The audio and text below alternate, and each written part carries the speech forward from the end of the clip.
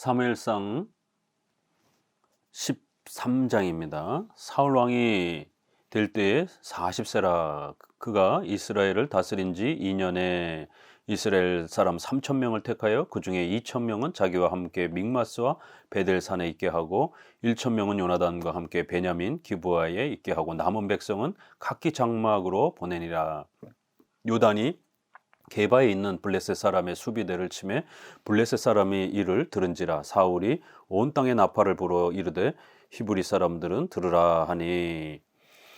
12장은 이제 11장은 하나님이 도와주셔서 사울 왕을 등극시키는 아주 놀라운 왕으로서 백성들로부터 그렇게 존경과 영화를 누리도록 그렇게 은혜를 베푸시는 그 귀한 역사가 소개가 되고, 12장은 사무엘 선지자가 사울 왕과 백성들에게 어떻게 살아가야 하나님이 그 나라를 지켜주시는지 신앙의 원리 두 개를 당부하는, 오직 하나님을 경외하고 오직 하나님의 말씀에 순종해야 하는 것이 우리가 살아가는 삶의 근본적 신앙 원리다라고 이렇게 소개를 해줍니다.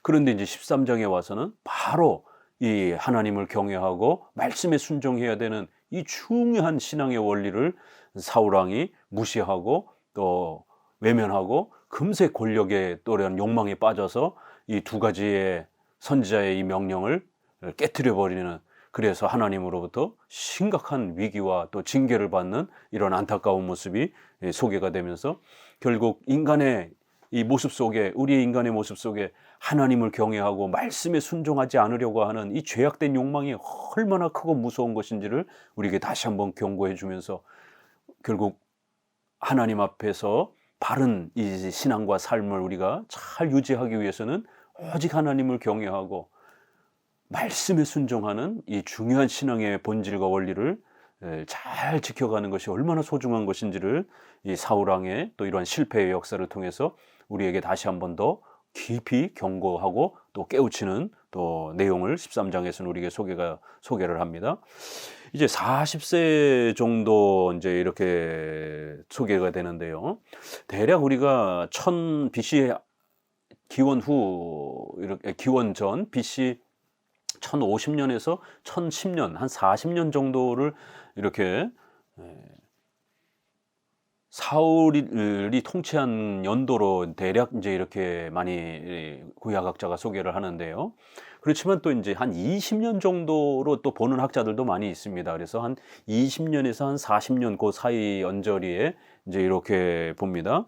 사도행전 13장 21절에서는 이제 40이라는 이제 이렇게 숫자가 나오긴 하는데, 또 사무엘상에서 보게 되면 사울 왕이 되고 나서 오래 통치하지 못하고 급히 이렇게 망가지는 이제 이러한 그 모습들을 보면서 대략 한 20년에서 40년 언저리에 이제 사울 왕의 통치를 소개하는데요. 이스라엘을 다스린 지 2년 만에 결국 사울 왕은 아주 심각한 죄를 범했고, 결국 권력욕에 빠져서 하나님을 두려워하고 말씀에 귀 기울이고 순종하기보다는 권력에 심취해가지고 결국 자신의 죄악된 욕망에 빠져서 하나님을 무시하고 백성들을 함부로 대하고 교회를 핍박하고 선지자를 핍박하고 선지자의 말씀을 무시하는 이러한 악을 행하는 모습들을 보게 됩니다. 딱 2년 만에 이런 사태가 벌어진 것이에요. 이제 3,000명이나 되는 자기 친위대를 만들어서 결국 2,000명은 이제 이렇게 자기 곁에 두고 1,000명 정도는 요담 아들인 요나단과 함께 이렇게 배치를 했는데, 요나단이 이제 블레셋 사람을 먼저 공격을 한 겁니다. 그래서 결국 이제 이것이 큰 전쟁으로 번졌고, 그래서 이제 이스라엘 백성들이 처음에는 암몬 사람과 전쟁을 했지만 이제는 블레셋 사람하고 이제 전쟁을 하게 되는 또 다른 전쟁의 이제 위기에 직면해 있는 것을 성경은 소개를 합니다.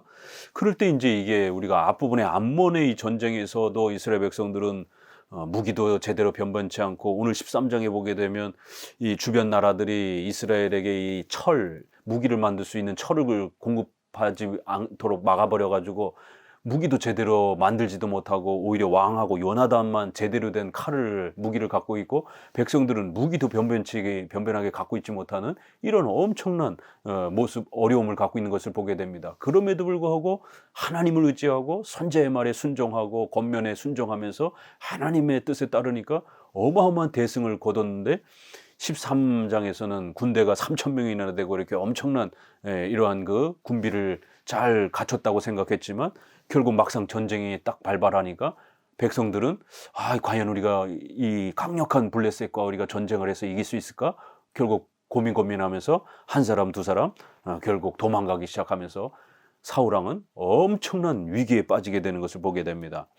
5절 블레셋 사람들이 이스라엘과 싸우려고 모였는데 병거가 3만이요 마병이 6,000명이요 백성은 해변에 모래같이 많더라. 그들이 올라와 베다엔 동쪽 믹마스에 진침해 이스라엘 사람들이 위급함을 보고 절박하여 굴과 수풀과 바위 틈과 은밀한 곳과 웅덩이에 숨으며 어떤 히브리 사람들은 요단을 건너 갓과 길라 땅으로 가되 사울은 아직 길갈에 있고 그를 따르는 모든 백성들은 떨더라. 그러니까 먼저 암몬 전투처럼 12지파가 강력하게 이렇게 의기투합해서 함께 모이지도 않는 것이 그나마 이제 3,000명 정도 있었는데 결국 적들이 3만 명이요 말을 타는 또 이런 사람들 6,000명 엄청난 이러한 군대력을 갖추고 무기를 갖춘 이러한 군사력을 보니까 기겁을 하고 결국 겁이 나가지고 슬금슬금 다 도망을 가는 거예요. 위급함을 보고 절박하여 은밀한 곳에 숨고 또 저 요단강을 건너가지고 결국 도망을 가고 이렇게 백성들은 떨더라 이러면서 결국 사울 왕의 지금 상황이 얼마나 절박하고 어려운 상황에 처하게 되었는지를 성경은 이제 이렇게 소개를 하면서 아주 중요한 장면이 이제 8절부터 소개가 됩니다. 사울은 사무엘이 정한 기한대로 이레 동안을 기다렸으나 사무엘이 길갈로 오지 아니하매 백성이 사울에게서 흩어진지라. 사울이 이르되 번제와 화목 제물을 이리로 가져오라 하여 번제를 드렸더니 번제 드리기를 마치자 사무엘이 온지라. 사울이 나가 맞으며 문안하매 사무엘이 이르되 왕이 행하신 것이 무엇이냐 하니 사울이 이르되 백성은 내게서 흩어지고 당신은 정한 날 안에 오지 아니하고 블레셋 사람은 믹마스에 모였음을 내가 보았으므로 이에 내가 이르기를 블레셋 사람들이 나를 치러 길갈로 내려오겠거늘 내가 여호와께 은혜를 간구하지 못하였다 하고 부득이하여 번제를 드렸나이다 하니라. 이 10장 8절에 보게 되면은요 사무엘이 사울에게 어떤 특별한 약속을 이렇게 하는 걸 봅니다. 내가 내게 가서 내가 행할 것을 가르칠 때까지 7일 동안을 기다리라. 이렇게 앞부분에서 왕으로 이렇게 부름을 받으면서 사무엘과 사울이 7일 동안 어떤 장소에서 이렇게 약속한 그러한 장소에서 사무엘이 올 때까지 너는 꼭 기다렸다가 그때 함께 예배를 드려야 된다. 이런 독특한 어떤 약속을 했습니다. 이게 어떤 약속인지는 성경은 자세하게 소개하지 않고 그 약속한 그 자체만을 이렇게 소개를 했습니다. 바로 그게 요 길갈에서 어떤 특정한 이러한 모임을 통해서 예배를 통해서 하나님께 이렇게 기도하는 그런 어떤 약속을 했던 것입니다. 그런데 바로 그 시점에 전쟁이 터져버린 것이에요. 그래서 사무엘이 약속한 날짜는 다 다가오는데 사무엘은 오지는 않고 그런데 하필이면 바로 그 약속한 날 시점에 전쟁이 터져가지고 결국 지금 아주 급한 위기에 빠져 있는 이러한 이제 사울의 절체절명의 그러한 어려움에 빠져 있는 사울의 모습을 소개를 합니다. 왜 하나님께서는 사울에게 이러한 독특한 약속을 하셨고 또 사울이 이러한 전쟁의 위기에 빠지게 허락하셨을까요? 사울을 훈련시키는 겁니다. 오직 하나님을 경외하고 하나님의 말씀에 순종하면서 그렇게 왕으로서 백성들을 통치하고 다스려야만이 그 나라가 건강하고 그렇게 교회도 또 잘 보존될 수 있다라고 그렇게 하나님이 약속해 주셨던 겁니다. 그랬을 때 사울 왕이 과연 이것을 잘 해내는지 또 정말 어려움에 처했을 때도 불신앙에 빠지지 않고 하나님의 말씀을 의지하면서 세상과 돈과 권력을 의지하지 않고 오직 하나님이 주셨던 그 선지자가 주셨던 그 약속을 의지하면서 하나님의 명령에 순종하면서 그렇게 나라를 통치하는지 하나님이 테스트하려고 하셨던 것입니다. 그래서 전쟁이 급박하게 일어났고 선지자는 또 오지 않는 이 두 개가 이렇게 서로 섭리 안에서 만들어진 것입니다. 우리가 인생을 살다 보면 이렇게 하나님의 말씀에 순종하면서 살아가야 되는 이 훈련들을 받습니다. 이러한 모습들을 통해서 사울 왕과 이스라엘 백성들을 훈련시키는 겁니다. 오직 하나님의 말씀에 순종해야 되는데 그거는 좋을 때뿐만 아니라 어렵고 힘들 때, 정말 우리 인생에 있어서 의식주의 문제가 절박할 때, 그럴 때 정말 우리가 하나님의 말씀을 따라, 특별히 십계명의 이러한 약속의 말씀을 따라 주의를 지키면서 또 하나님의 명령을 잘 지켜나가면서 그렇게 과연 우리가 살아갈 수 있는지, 잘 좋을 때는 누구나 다 하겠다라고 이렇게 떵떵거리지만 정말 절박하고 어려운 형편에 처해졌을 때 주일 성수 잘 하면서 하나님의 말씀 십계명 중심으로 그렇게 우리가 선택하고 살아갈 수 있는가? 이거는 쉬운 일이 아닙니다. 그런 형편에 정말 놓여져 봐야 먹고 사는 문제가 위기로 닥치면서 그럼에도 주일 성수하고 또 신앙에 있어서 양보하지 않고 하나님의 말씀의 편에 서려고 순종하려고, 손해보는 한이 있더라도 하나님의 말씀에 순종하려고 용기 내고 이런 결단을 과연 하는가?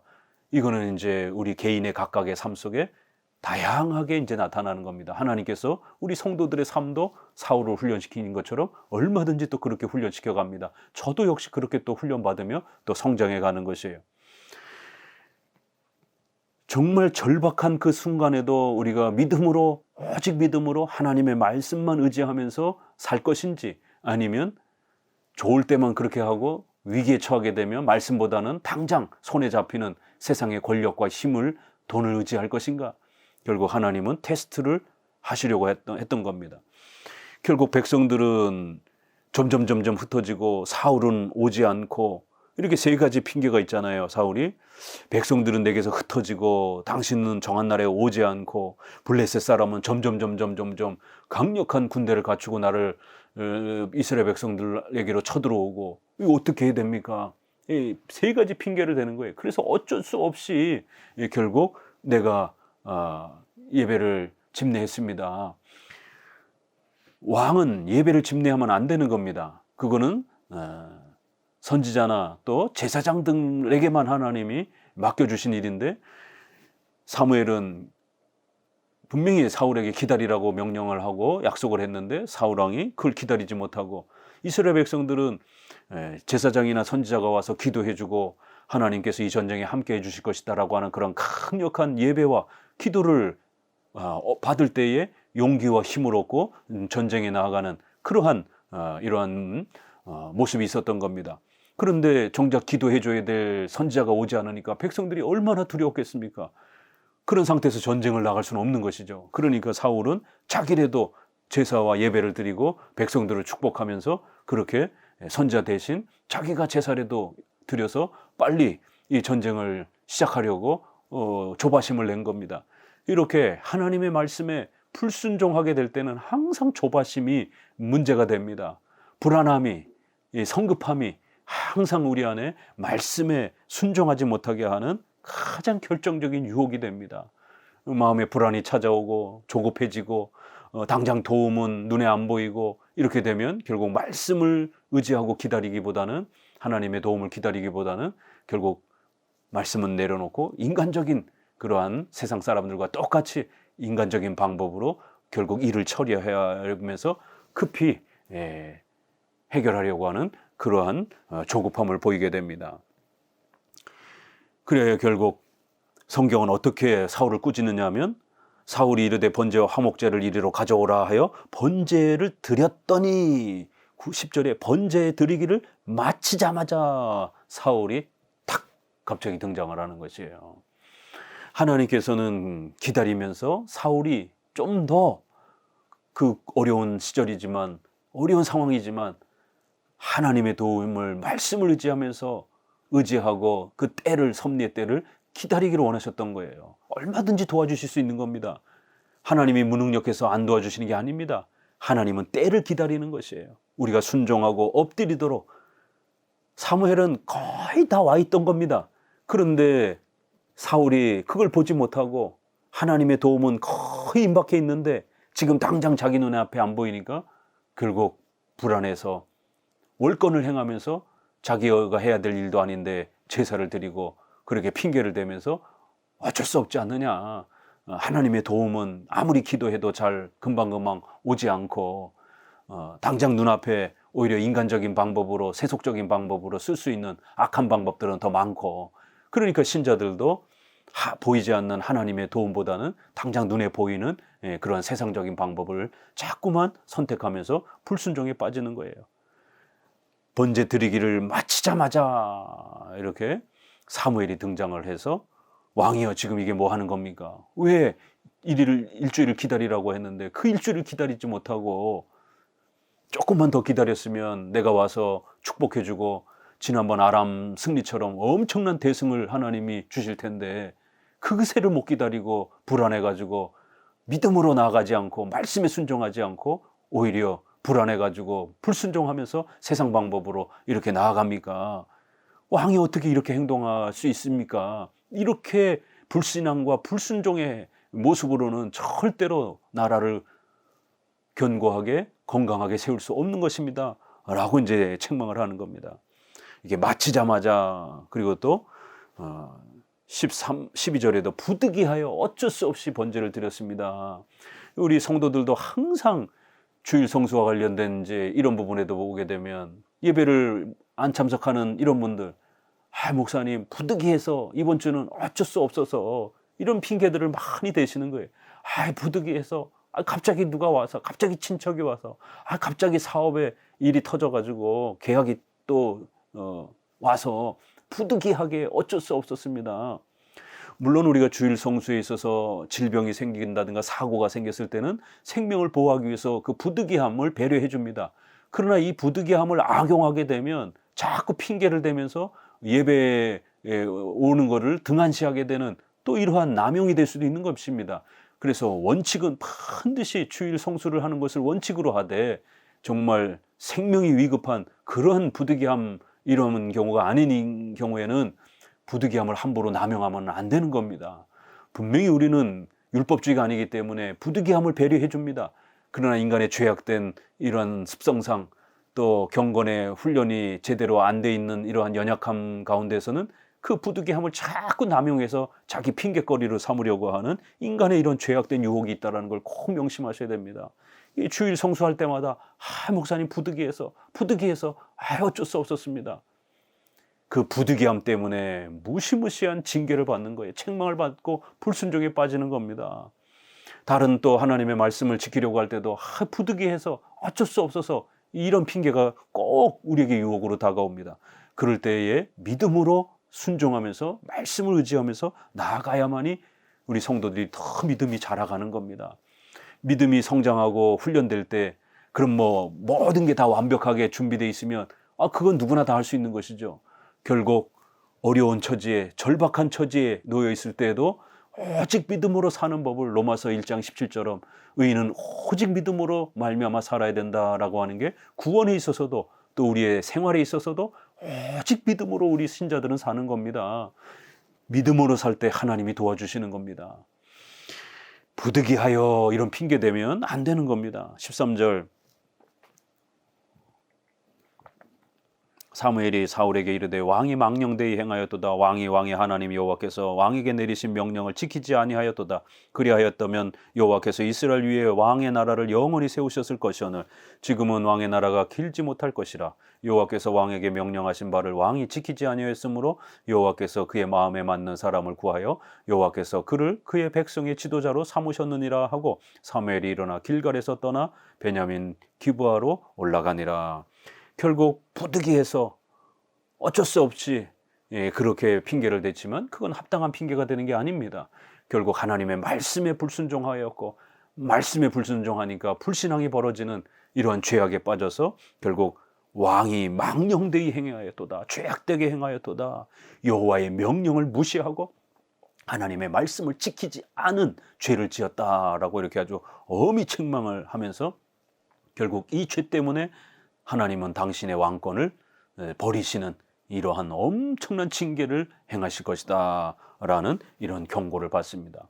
겸손하게 자신을 낮추고 그렇게 모든 것이 하나님의 은혜임을 고백할 때는 하나님께서 사울을 들어 사용하셨지만 딱 2년 만에 권력의 욕심에 빠져서 권력에 심취해서 그렇게 세상의 성공에 심취해서 자기가 그렇게 이 돈과 명예와 권세와 건강을 얻은 것이 자기의 힘 때문이 아니라 하나님이 우리가 연약했음에도 불구하고 하나님이 주신 은혜로 이런 큰 성공을 얻었는데, 성공을 얻고 나니까 마치 이게 자기 노력과 힘으로 얻은 것처럼 그렇게 교만하고 거만하고 하나님의 말씀에 순종하지 않고 말씀을 거부하고 무시하고 이렇게 신앙을 등한시 여기는 이러한 나태함과 게으름에 빠지면서 결국 하나님이 당신의 왕권을 다른 사람에게, 하나님의 마음에 맞는 사람에게 왕권을 옮겨버리실 것이다. 여기 계속 책망이 명령을 지키지 아니하였도다. 여호와께서 왕에게 명령하신 바를 왕이 지키지 않았다. 2번씩이나 이렇게 아주 험히 꾸짖으면서 결국 우리 성도들의 삶이란 하나님의 말씀에 순종하느냐 순종하지 않느냐, 이게 결국 우리 인생을 결국 방향을 결정짓는 중요한 신앙의 잣대가 된다라는 겁니다. 아무리 힘들고 어렵고 앞이 다 막혀 있는 것처럼 느껴진다 할지라도 하나님의 말씀에 순종하는 오직 믿음으로 사는 이 신앙의 원칙을 잘 붙잡고 살아가셔야 됩니다. 그러면 바로 하나님의 그 역사와 도움이 우리에게 찾아옵니다. 그러나 불순종하게 되면 바로 코앞에까지 왔던 하나님의 도움이 사라져버리는 것이에요. 자, 그런데 이제 여기서 우리가 하나 질문을 던질 것은, 자, 그러면 이제 우리가 하나님의 작정과 섭리와 인간의 책임이라고 하는 이 섭리론, 신적 작정을 항상 우리가 소개할 때에, 그럼 만약 사울이 잘 순종했더라면 그 다음에 다윗을 세우셔서 나라를 세워가시는데, 그러면 사울 왕권과 다윗 왕권은 어떻게 되는가? 충돌되는 거 아닌가? 이제 이러한 질문을 던질 수 있습니다. 사울 왕이 불순종했기 때문에 그를 폐위시키고 다윗 왕을 유다 가문에서 창세기에 예언했던 것처럼, 또 계속 예언되었던 것처럼 예수님이 유다 가문에서 오실 것이다라고 하는 이제 이 예언을 성취하기 위해서 유다 가문인 다윗이 왕위로 이제 세워지게 됩니다. 그래야 이제 본문에서는 사울 왕이 죄를 범하였기 때문에 그 왕권을 폐위시키고 이제 유다 가문인 다윗 왕권을 하나님이 세우실 것이다라고 하는 것을 이제 1차로 예언을 해줍니다. 자, 그건 이제 사울 왕이 죄를 범했기 때문에 이제 그런 결과가 벌어진 거죠. 그럼 만약 우리가 역추적해서 사울 왕이 잘 순종했더라면, 선지자가 계속 그렇게 권면하잖아요. 당신이 잘 순종했더라면 당신의 왕권은 계속해서 유지되면서 하나님이 보호해 주셨을 텐데 왜 불순종해서 이러한 징계를 받느냐라고 이렇게 권면합니다. 자, 그러면 하나님이 사울이 잘 순종했더라면 어떻게 다윗 왕권을 세우실 수 있는가? 요거는 이제 섭리를 잘 이해하면 됩니다. 얼마든지 다윗 왕권을 새로 세우실 수 있습니다. 사울 왕이 순종을 해도. 그거는 사울 왕이 왕권을 뺏기는 방식으로, 이렇게 죄악을 범했을 때는 자기 죄 때문에 왕권이 빼앗기면서 사울 대신 다윗이 세워지는 거고요. 사울이 잘 순종을 하게 되면 자기 아들과 하나님이 정하신 때만큼 사울의 왕권은 풍족하게 왕으로서의 그 부귀 영화를 누리는 겁니다. 그리고는 이제 때가 되면 하나님이 정상적인 또 평화적인 방법으로 다윗 왕권을 세워주시면서 그 왕위를 다윗에게 평화롭게 넘기는, 그러면서 다윗 왕국이 세워지고 사울 왕은 소위 우리가 조선시대 상왕, 선임 왕으로서의 대우를 받으면서 그 사울 왕의 가족들은 왕족으로서의 그런 모든 대우를 다윗으로부터 받으면서, 왕권을 평화적으로 넘겨받으니까 그들의 모든 가족들은 다 왕족으로서 대우를 해주면서 얼마든지 상왕, 왕족감으로 대우를 받으면서 이제 새로운 다윗 왕국이 시작될 수 있는 것입니다. 만약 사울이 잘 순종했더라면 사울은 아무것도 아닌 아주 미약한 존재였기 때문에 그가 왕으로 등극된 그 자체만도 은혜인 겁니다. 그러면 그의 왕권을 풍성히 누리고 때가 되어서는 다윗 왕에게 왕권을 넘겨주고 자신들은 부귀영화를, 왕족으로서의 그 부귀영화를 직접 통치는 못할지라도 그 모든 신분의 또 혜택은 다 받으면서 그렇게 평화롭게 두 왕권이 존재할 수 있었던 것입니다. 그런데 사울이 죄를 범해서 악을 범해서 불순종함으로 인해서 자기 왕권을 스스로 박탈당하는 책망을 받게 된 것입니다. 이렇게 하나님의 작정과 섭리, 먼 미래에는 다윗 왕권을 분명히 세울 것입니다. 그렇지만 인간의 인격적 책임을 하나님은 섭리에서 도구로 사용하기 때문에 사울의 이러한 순종과 또 불순종에 대한 이 또 결과를 또 하나님께서 반드시 상벌로 또 역사하시면서 하나님이 계획하신 모든 또 작정과 섭리의 계획을 얼마든지 이렇게 조화 가운데서 펼쳐나가실 수 있었던 것입니다. 사울이 왕권을 뺏긴 건 본인의 죄악 때문인 것이에요. 이제 15절 이제 이하에 보게 되면 이제 결국 백성들이 다 떠나가고 군인들 다 떠나가고 600명 정도만 남고 결국 적들이 믹마스에 진쳤고 세 때로 나눠가지고 이스라엘을 이제 쳐들어오는 엄청난 이 위험에 처한 겁니다. 19절에 보니 그때 이스라엘 온 땅에 철공이 없었으니 블레셋 사람들이 말하기를 히브리 사람이 칼이나 창을 만들까 두렵다 하였습니다. 이러면서 온 이스라엘 사람들이 각기 보습이나 삽이나 도끼나 괭이를 버리려면 블레셋 사람에게로 내려갔었는데 곧 그들이 괭이나 삽이나 쇠스랑이나 도끼나 쇠채찍이 묻을 때에 그리하였더라. 싸우는 날에 사울과 요나단과 함께한 백성의 손에는 칼이나 창이었고 오직 사울과 그의 아들 요나단에게만 있었더라.